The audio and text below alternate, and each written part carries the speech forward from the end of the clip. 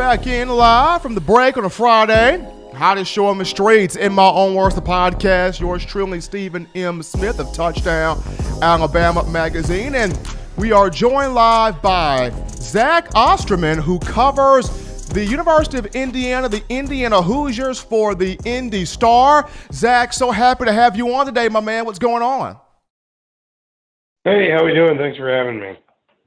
Absolutely. Well, Zach, when you look at, of course, Dr. Matt Rhea and Coach David Ballou, both guys were with the Hoosiers the last couple of years, had a lot of success. Alabama recently parting ways with Scott Cochran, its strength and conditioning coach for the last 13 years. He now goes to the Georgia Bulldogs, but Nick Saban bringing in the dynamic duo of Ballou and Rhea for the sports science, sports performance department. So you got a chance to see both of these two guys firsthand. What are Alabama fans getting? What is the program getting? And for I myself being in media here for the Crimson Tide, what should the Alabama nation be excited about when you talk the duo of Ballou and Dr. Matt Rhea? Yeah, they're interesting dudes. Different backgrounds, but their paths had kind of crossed at a couple different points in their careers. Matt Ray is more in the speed side, so basically working on player speed. Dave Ballou is primarily the weight room guy, although, I think that their roles, like they work pretty collaboratively, so they overlap a little bit. Ray is more of a, I don't want to say he's made the science up himself, but I think he's very much kind of at the cutting edge of being one of the people that is that believes in kind of this speed training and the ways in which he works to get guys faster. And don't ask me how that part of it works. He's tried to explain it to us. It's just way over my head. But you can see the results that Indiana's had. Indiana obviously being a place that needs to maximize, every advantage it can find, and in particular player development, because Indiana's not going to get is not going to regularly compete for 4- and 5-star guys, top 150 guys, top 300 guys. They'll land the odd player here or there, but they're not going to, bring in a lot of those players every class. So they need to find a way to identify maybe guys that are a little bit undervalued, but also once they get a hold of them, really maximize their skills. And on Ballou's side, and we can get into it if you want, because this I do understand at least a little bit more. He talks a lot about something called peak power, which is essentially explosive strength. So it's not just the basic idea of how strong are you, but how quickly can you max out, your strength from a football perspective. And so there's a lot of technology that goes into that, cameras, laser guided or laser imaging type stuff. And the other big thing that the two of them both do is they are not afraid to share their methods with the media, at least to a point. They're not afraid to break them down with the players. That was one thing that I think the players really appreciated from kind of the get-go, was the degree to which both guys would sit down and explain, this is why we do this, and this is what this is built to accomplish, and these are the gains that we're looking for you to see over this period of time, and this period of time, and this period of time. And it just made it easier, I think, for the guys to buy into this, slightly less orthodox way, but a way that I think is increasingly kind of prevalent around, college athletics. Obviously both these guys are down at IMG. They both, or one of them Ballou spent time at Notre Dame, and the NFL had poked around both of them the last year or so, because the NFL is really interested in a lot of these techniques as well. So it's stuff that can seem a little high end, but it's stuff that, at least from where I sit, worked for Indiana. Now, going back here to Ballou here, Zach, is he takes a lot of pride in making sure that these players are maxing out the reps but not tiring themselves out. So what really goes into, I guess, his study of, he wants the players to max out, hit the target goal in the weight room, but do it to where you're not overexerting yourself and you're still having some energy there. So could you kind of dive into what goes into his method of max out, but don't, wear yourself out with it? Yeah, so essentially, and I think this is kind of what he's saying when he talks about this. The idea that he presents is something called peak power, and again, I'll explain this as much as I can. It's not like I've studied it for years and years like he has. But the example he gives that's always stuck in my mind that makes sense is he says that contact at the snap of a football, contact at the line of scrimmage usually happens in something like 0.45 seconds. So you can bench press 600 pounds once. You can max out that. But if it takes you, in terms of the speed, the actual power, if you think back to like, math and science and physics, and what is power, force times acceleration?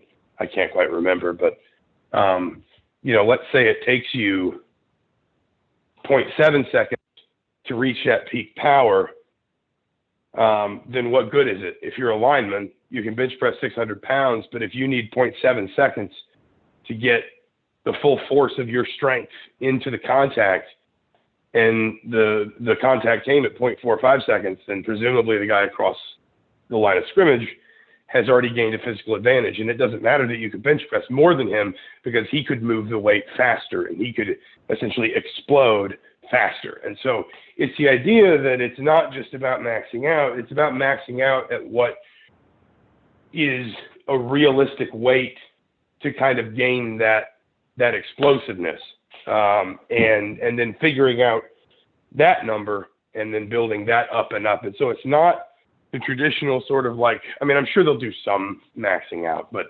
it's not typically the traditional sort of like, how much weight do you think you can possibly lift one time off a bar, put it on there, and we'll see.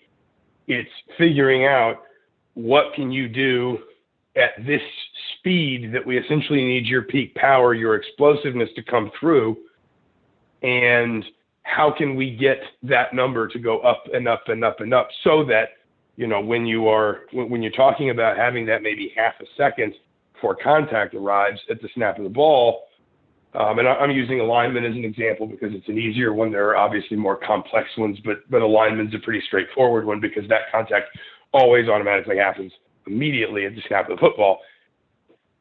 Can you get, how do you build basically the amount of power you can deliver in that short space of time to guarantee that you are not just stronger than the guy across from you, but stronger at the point of contact? And so then you're the one delivering the blow, which means obviously you're more likely to make your block or blow up your block or whatever. And it also, generally speaking, means you're less likely to get hurt, because if you're the one who's, it's one of the oldest adages in football. If you initiate the contact, if you drive the contact, you're a lot less likely to get hurt. It's when you are playing shy or, sort of trying to play within yourself that you might wind up doing something that puts your body in a vulnerable position on the football field. And I think that can ultimately have kind of the dual effects that you talked about of, obviously getting guys more ready for game day, but also not stressing their body so much that they're breaking down. And you start to see injuries, the sort of the wear and tear injuries that can sometimes creep into a weight room during the football season. We're live here, ladies and gentlemen. If you're just tuning in to the show with Zach Osterman, who covers the University of Indiana or Indiana University athletics for the Indy Star, talking a little Dr. Matt Rhea and David Ballou on the show. And Zach, just going back to Dr. Rhea here, in terms of just speed and the speed development program that he has, when you look at Alabama, they recruit the biggest, the fastest, the strongest. They recruit, 4 and 5 star guys that are already kind of lightning fast as it is. With Rhea's technology, how will he be able to get, these guys to go to hit the target goal in terms of just maximum speed, getting to that spot on the football field and making that play? When you look at the lateral speed and the straight line speed, how will Rhea improve that speed at Alabama? Yeah, I mean, I wouldn't be surprised if the gains are, in some cases, I don't want to say more marginal, but I guess that probably would be the word. I mean, just frankly, if you're already dealing with an athlete that's a little bit at the higher end of the spectrum, then it's harder you have less room to improve essentially, before you kind of max out. But at the same time, I think that the speed training also, again, can go in a little bit too into, sort of essentially, body management and the ability to build your body up against the wear and tear of a season. Because when you hit and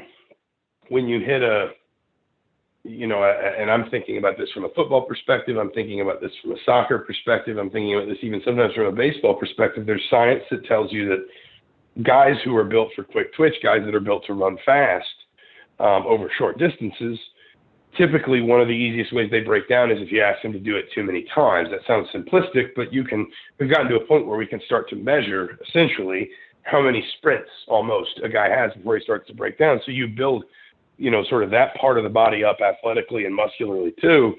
Then you're talking about not just gaining speed, but probably also gaining a little bit of, durability, I guess, in the body for certain guys. And again, listen, I think there are probably going to be ways in which maybe the gains aren't quite as significant as they would be at a place like Indiana because you're dealing with a higher caliber of athlete.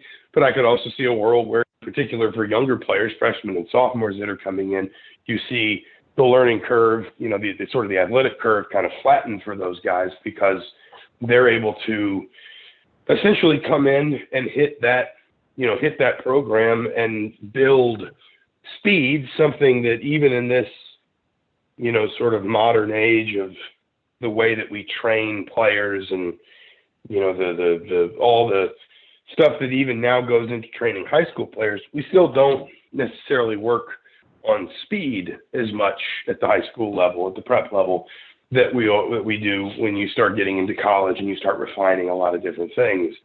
So I think that's probably another area where you could see more gains is for younger guys that are suddenly just kind of put into that situation and get that opportunity that they probably wouldn't have had previously in their careers. Zach Osterman covering the Indiana Hoosiers, Indiana University for the Indy Star, joining us here on In My Own Words, the podcast, to talk Dr. Matt Rhea and Coach David Ballou. And Zach, we appreciate you so much for taking time out to be on the show with us. Absolutely. Thanks for having me.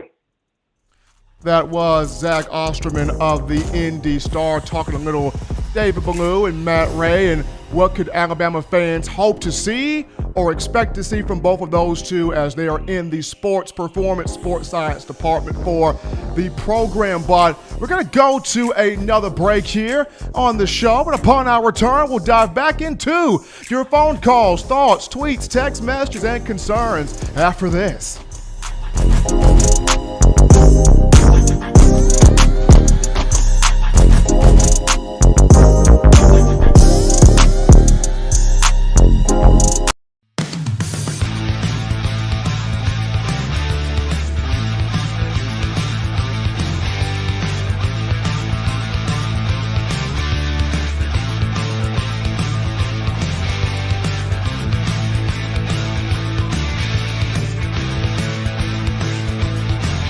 T-Town Menswear in the University Mall in Tuscaloosa. Touchdown Alabama Magazine is Alabama football's premier publication. A subscription to Touchdown Alabama Magazine is the perfect gift for any Alabama fan. For exclusive news and information, recruiting updates, a free annual print magazine, and more, go to touchdownalabama.com and click join. Only $5.95 per month or pay $49.95 for a full year subscription. That's a saving of almost $22. Make sure to subscribe before it's too late and get our new freshly printed end of the year magazine issue. Go to touchdownalabama.com today and roll Tide. Thank you for watching Touchdown Alabama Magazine's YouTube channel. To continue to get the best of the Alabama football content, subscribe here and turn on your notifications to stay connected with the hottest shows covering your Crimson Tide.